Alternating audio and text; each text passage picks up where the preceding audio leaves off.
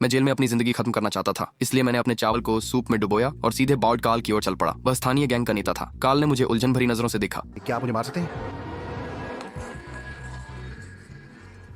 लेकिन उसने अपने आदमियों को इशारा किया कि वे न हिलें, क्योंकि कोई भी उसके साथ ऐसा व्यवहार करने की हिम्मत नहीं करता था। लेकिन मैं दया दिखाने की योजना नहीं बना रहा था। मैंने एक ट्रे उठाई और उसे उसकी ओर फेंक दिया। कार्ल गुस्से में था, चॉपस्टिक्स पकड़कर मारने के लिए तैयार था। उसे उठते देख मुझे वास्तव में उत्साह महसूस हुआ। अपनी बाधाओं से मुक्त होकर मैंने उस पर मुक्का मारा। मेरी आश्चर्य की बात यह थी कि उस मुक्के में अद्भुत ताकत थी और कार्ल बेहोश होकर जमीन पर गिर पड़ा। जेल में हर कोई स्तब्ध था और मैं भी इस बात से हैरान था कि मेरा मुक्का कितना भारी था। इसके बाद गार्ड्स मुझे ले गए। मेरी पहली कोशिश असफल होने के बाद मैंने जल्दी से अपनी नजरें दूसरे लक्ष्य पर टिका दी, कुख्यात मनोरोगी हत्यारे पर। वह यहाँ के सबसे खतरनाक लोगों में से एक था जिससे हर कोई बचता था। लेकिन मैं सीधे उसके पास गया, यहाँ तक कि उसके परिवार को उसके सामने गालियां दी। गुस्से में उसने चुपके से चाकू निकाला। मैंने मौका देखा, चाकू पकड़ा और खुद को उससे घायल कर लिया। मेरी हैरानी की बात यह थी कि वह जो कभी क्रूर हत्यारा था, वास्तव में झिझक गया और खुद को वार करने से रोक नहीं पाया। शायद उसने कभी अपने से ज्यादा निर्दयी किसी को नहीं देखा था। हत्यारा पूरी तरह से टूट गया, जमीन पर गिर पड़ा, रोते हुए और अपनी माँ को पुकारते हुए। जल्द ही मेरी ख्याति पूरी जेल में फैल गई।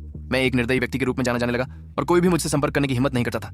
यहाँ तक कि गार्ड भी मेरी आंखों में आंखें डालकर नहीं देखते थे और मुझे विशेष व्यवहार देने लगे। लेकिन ये सब कुछ नहीं था जो मैं चाहता था। खाने के समय एक कैदी ने बताया कि किसी ने पिछली रात भागने की कोशिश की थी और गार्डों ने उसे गोली मार दी थी। मैंने इसे खत्म करने का रास्ता ढूंढ लिया। उस रात मैं चुपके से यार्ड में गया और जोर जोर से चिल्लाने लगा, उम्मीद करते हुए कि गार्ड मुझे गोली मार देंगे। जेल अधीक्षक ने मॉनिटर्स पर देखा और तुरंत लोगों को मुझे घेरने के लिए भेजा। जैसे ही वे गोली चलाने वाले थे, वार्डन को अचानक कुछ गलत होने का एहसास हुआ।